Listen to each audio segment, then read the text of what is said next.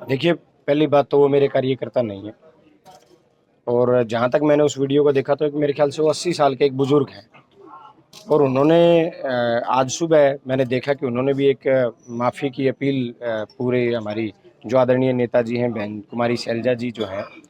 और हमारा जो समाज है उनसे माफ़ी मांगते उन्होंने इस पे खेद प्रकट किया है। लेकिन मैं ये कहूँगा कि इस तरीके की सोच की हमारे 36 बिरादरी के जहाँ समस्त समाज मिलके एक दूसरे का हाथ से हाथ बढ़ा के जहाँ रहते हों, उस समाज में ऐसी सोच की कोई जगह नहीं है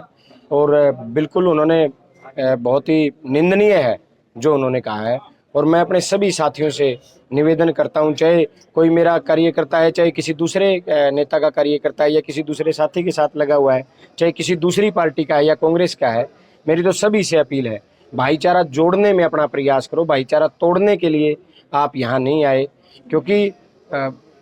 ये जन्म एक बार ही मिलता है और इस समय अगर हम दो व्यक्तियों को अपने साथ जोड़ सकें तो ये हमारे लिए बड़ी बात है, ना कि हम किसी ऐसी बात करके किसी समाज को या किसी व्यक्ति को ठेस पहुंचाएं। और बिल्कुल उनकी मैं घोर निंदा हम करते हैं क्योंकि जिस समाज ने संविधान को बचाने के लिए अपना एड़ी चोटी का जोर लगाया हो, जिस समाज ने भारतीय जनता पार्टी के कुशासन को एक तरीके से आईना दिखाया हो कि हम संविधान के रक्षक हैं और सबसे बड़े रक्षक संविधान के हमारे संविधान को कोई पार्टी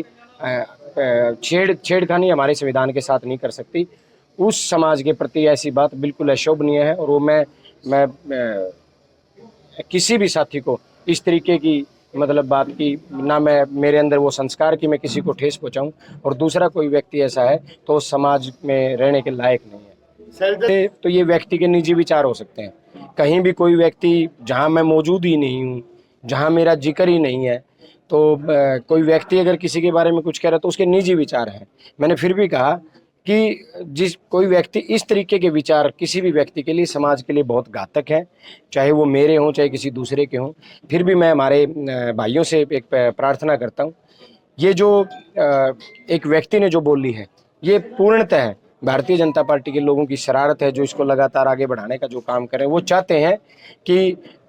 हमारे जो भाई हैं जो जो बाबा साहब के जो अनुयायी हैं उनको रास्ते से भटकाने का प्रयास किया जा रहा है कि कांग्रेस को कहीं ना कहीं नुकसान पहुंचाया जाए और जो भारतीय जनता पार्टी है उनको इस बात का फ़ायदा हो। लेकिन मैं इस बात को बखूबी जानता हूं कि हम बाबा साहब के अनुयायी हैं, हम पढ़े लिखे लोग हैं और आज अगर सबसे ज़्यादा मैं कहूँ शिक्षा की बात अगर मैं करूँ तो हमारे अंबेडकर समाज, हमारे चमार समाज की बात आती है जिन्होंने सबसे ज़्यादा शिक्षित लोगों में अपना स्थान अग्रणी रह के जो हासिल किया है, तो वो इस चीज़ को ज़रूर समझेंगे कि जहाँ मैं मौजूद नहीं, जहाँ कोई व्यक्ति अपने निजी विचार रख रहा है तो उनको मेरे से जोड़ के ना देखा जाए और इस तरीके के लोगों का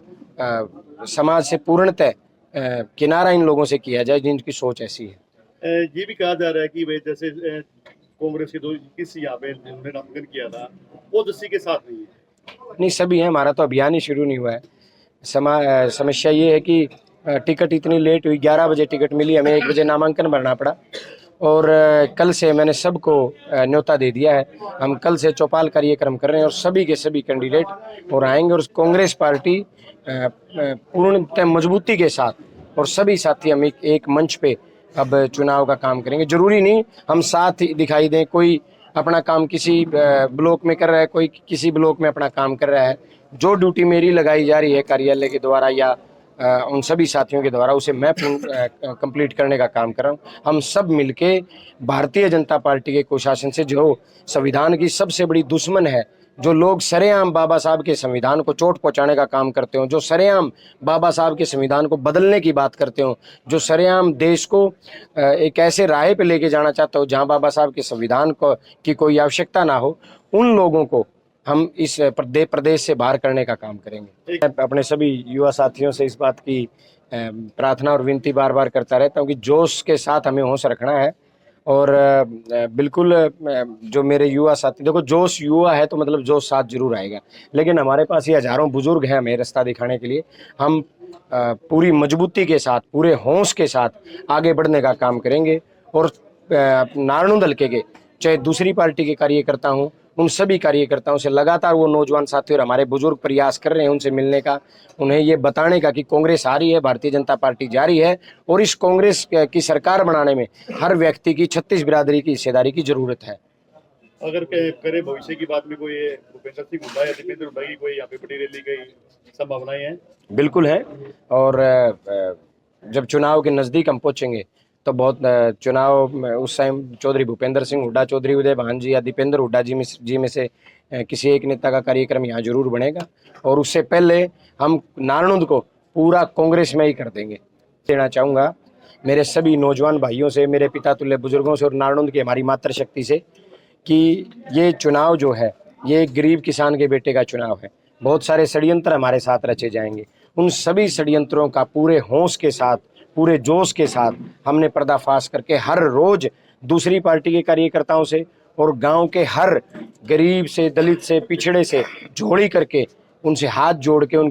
उनसे समर्थन की अपील करनी है, ताकि हम यहाँ लाखों वोटों से कांग्रेस पार्टी को जिता सकें और 8 तारीख को हरियाणा प्रदेश में चौधरी भूपेंद्र सिंह हुड्डा और चौधरी उदय भान जी के नेतृत्व में कांग्रेस की सरकार बना सकें, ताकि भारतीय जनता पार्टी की जो एक धारणा बनी हुई है कि ये बाबा साहब के संविधान को जो बदलने की इनकी मंशा है, उस मंशा के ऊपर हम बहुत मजबूती से चोट कर सकें और बाबा साहब के संविधान को बचाकर हरियाणा प्रदेश में कांग्रेस की सरकार बना सकें।